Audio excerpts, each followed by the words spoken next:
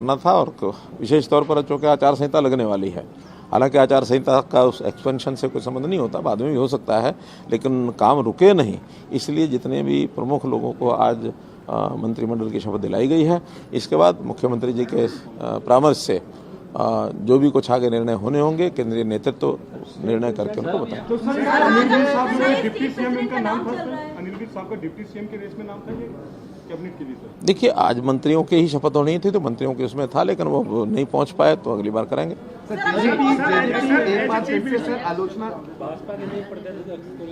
अब चूंकि ये प्रदेश अध्यक्ष और साथ में मुख्यमंत्री भी हो गए हैं, हमारे यहाँ एक व्यक्ति को एक ही पद मिलता है, तो मुझे लगता है निश्चित रूप से बहुत जल्दी नए प्रदेश अध्यक्ष होंगे। अनिल की नाराजगी की वजह क्या है सर? क्या इसका राज क्या है सबसे पहले, और दूसरा क्या किसका राज? खुशी खुशी इस्तीफा देते? नहीं, हमारे यहाँ जो काम होता है बहुत खुशी खुशी होता है। और मैंने आपको पहले बताया, मैंने बहुत पहले, आज नहीं, बहुत पहले प्रधानमंत्री जी को कहा था कि कोई अच्छा व्यक्ति नेतृत्व करने लायक नई पीढ़ी में से मिलता हो तो लाना चाहिए। आखिर 8-9 वर्ष काम करते हुए जो किसी का बेस्ट होता है वो 8-9 वर्ष में यानी डिलीवर कर देता है। हम लोग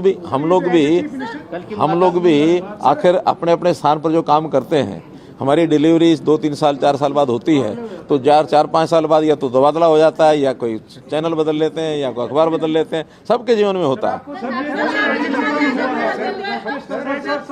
जो आज ये परिवर्तन हुआ है, क्या एंटी इनकम्बेंसी उसकी एक वजह है या क्या वजह है? देखिए, आप कोई शब्द मेरे मुंह में डालेंगे अच्छा नहीं है। आज प्रदेश की जनता यानी इस हमारी काम को लेकर के इतनी संतुष्ट है, प्रसन्न है कि मैं आज दावे से कह सकता हूं कि हमारी 10 की 10 सीटें लोकसभा में आएंगी और आगे विधानसभा में भी हमारी पूरी फुल मेजोरिटी, जो हमारी कमी भी रह गई थी पिछली बार, कमी नहीं रहेगी, फिर से आएगी।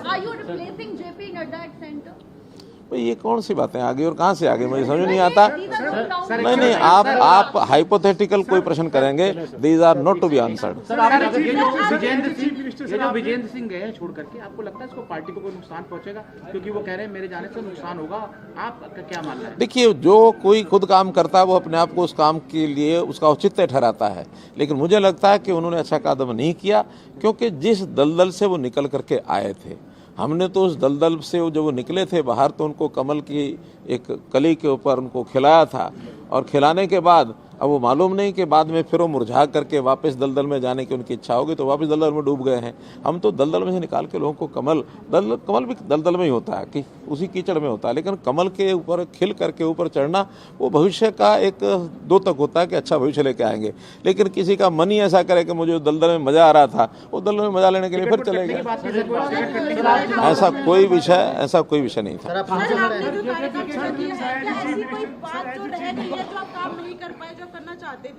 देखिए, काम के बारे में हमारा जो टारगेट होता है वो अपने देश को एक सर्वश्रेष्ठ स्थान के ऊपर लेके जाना, प्रदेश को एक ऊंचाई पर लेके जाना, जनता की सेवा करना, और ये सारे काम ऐसे हैं, इसके लिए कोई लिमिट नहीं होती है। Sky is the limit.